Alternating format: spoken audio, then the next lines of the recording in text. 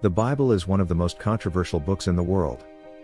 Many claim it to be the living Word of God, while others think it is a collection of fairy tales and children's stories from addled old men.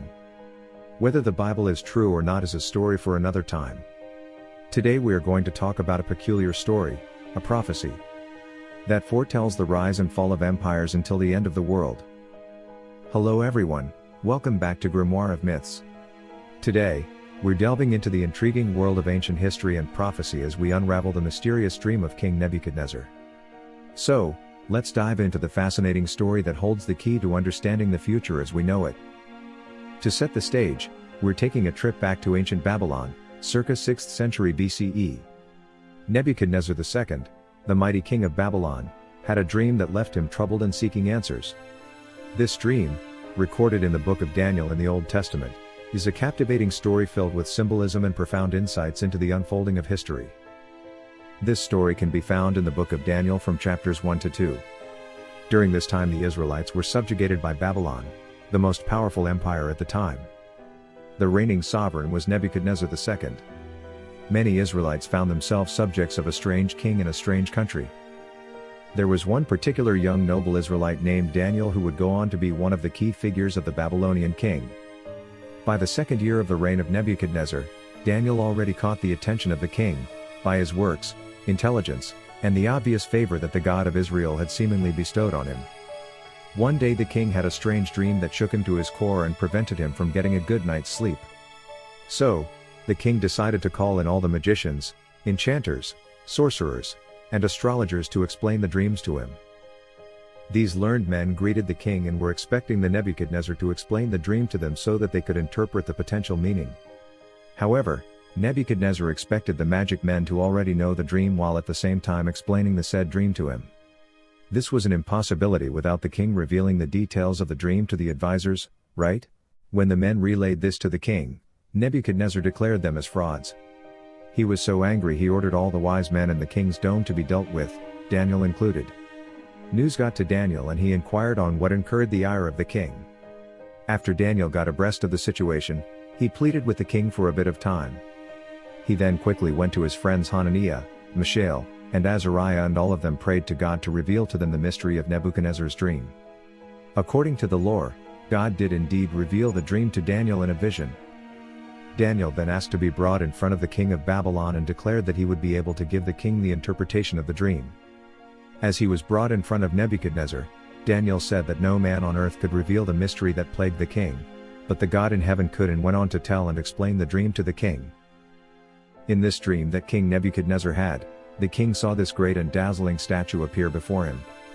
The head of the statue was made of pure gold, the chest and arms were made of silver, its belly and thighs were made of bronze, its legs were made of iron and its feet were made of part iron and clay. Daniel then explained to the king that as he saw the great statue of different metals, a stone that was cut out not by human hands struck the statue on its feet of iron and clay and crushed them. Then the bronze, silver, and gold parts of the statue scattered and became like chaff. The winds carried the chaff away and not a trace could be found of the statue. But the stone that struck the statue became a great mountain that filled the whole earth. Now Daniel went on to interpret the meaning of this bizarre dream to the king. Daniel explains to King Nebuchadnezzar that he is indeed a great and powerful king of whom the God of heaven has given much sovereignty and power. However, after you another kingdom, the kingdom of silver, will arise that is inferior to yours. Then the third kingdom of bronze will rule the whole earth. Finally, there will be a fourth kingdom as strong as iron, for iron shatters and crushes all things. Daniel explained to the king that the feet and toes were made partly of fired clay and partly of iron, foretelling a divided kingdom. And as the toes of the feet were partly iron and partly clay, so this kingdom will be partly strong and partly brittle. So the people of that time another but will not hold together any more than iron mixes with clay. Daniel further explains that in the end, during the days of those kings, the God of heaven will set up a kingdom that will never be destroyed, nor will it be left to other people. It will shatter all these kingdoms and bring them to an end, but will itself stand forever. At the revelation of the interpretation of his dream, Nebuchadnezzar fell on his face, paid homage to Daniel, and declared that Daniel's God was the true God of gods and Lord of kings. That story portrayed in the book of Daniel seemed like a bizarre tale or a testament to the power of God. The question that you may be asking is, Is there any grain of truth to the dream that King Nebuchadnezzar had and the interpretation he was given? According to the dream, the Babylonian Empire will fall away to a kingdom of silver. Then that kingdom will fall away to a kingdom of bronze and then to one of iron, which will subsequently lead to the kingdom of iron and clay, in which the latter will be struck by the stone cut from non-human hands. Let's take a closer look at this. Babylon, an ancient city in Mesopotamia during the time of Nebuchadnezzar II, started in 626 to 539 BC. The empire began with Nabopolassar, Nebuchadnezzar's father, when he seized it from the Assyrians around this time. At this time, it was known as the Golden Age of Babylon, which was perhaps the largest city in the world at the time. During this time it was a burgeoning metropolis with many scholars from across surrounding regions coming to the city. However, the empire fell to Cyrus the Great and the Achaemenid Persians in 539 BC, marking the end of Mesopotamian independence for centuries. The following kingdom. The Kingdom of Silver. The Achaemenid Empire, also known as the First Persian Empire, was founded by Cyrus the Great in 550 BC. It stretched from the Balkans and Egypt in the west to the Indus Valley in the east, encompassing modern-day Iran, Iraq, Turkey, Egypt, Greece, and parts of Central Asia and India. The Achaemenid Empire was a major center of trade and culture. It built a vast network of roads, including the Royal Road, which connected the empire's capitals. The empire also developed a complex administrative system, with provinces ruled by satraps who were appointed by the king. The Achaemenid Empire was known for its tolerance of different religions and cultures. This allowed the empire to flourish for centuries. However, the empire was eventually conquered by Alexander the Great in 330 BC. The third kingdom in the line was the Kingdom of Macedonia, led by Alexander the Great, who invaded and conquered the Achaemenid Persian Empire in 334 BC. This kingdom, also known as the Alexandrian Empire, existed from 336 BC to 323 BC, a remarkably brief yet impactful period spanning just 13 years. Alexander the Great inherited a powerful army from his father King Philip II and embarked on a series of conquests that redefined the empire's borders.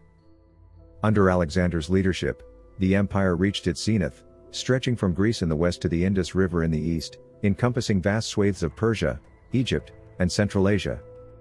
It briefly became the largest empire the world had ever seen at the time. The Kingdom of Macedonia existed in what was known as the Bronze Age. The fourth kingdom of iron was the Empire of Rome. After the death of Alexander in 323 BC and the subsequent was of the Diadochi, many of the territories that were sequestered by Alexander began to break apart and struggle for power. Macedonia's reign started to decline with the Macedonian Wars and the rise of Rome as the de facto superpower. By the end of the Fourth Macedonian War in 150 to 148 BC, Macedonia was a Roman province. What was known as the Roman Empire was officially established in 27 BC with the rise of Augustus Caesar.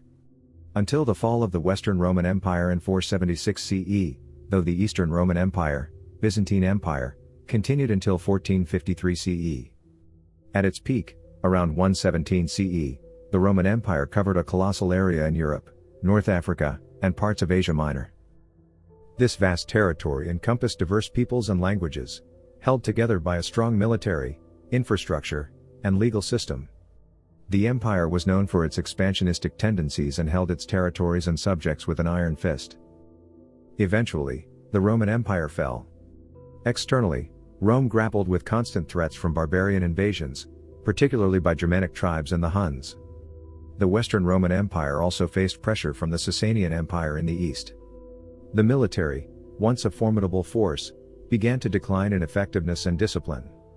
In 410 CE, the Visigoths sacked Rome, and in 455 CE, the Vandals pillaged the city, further eroding the prestige and stability of the empire.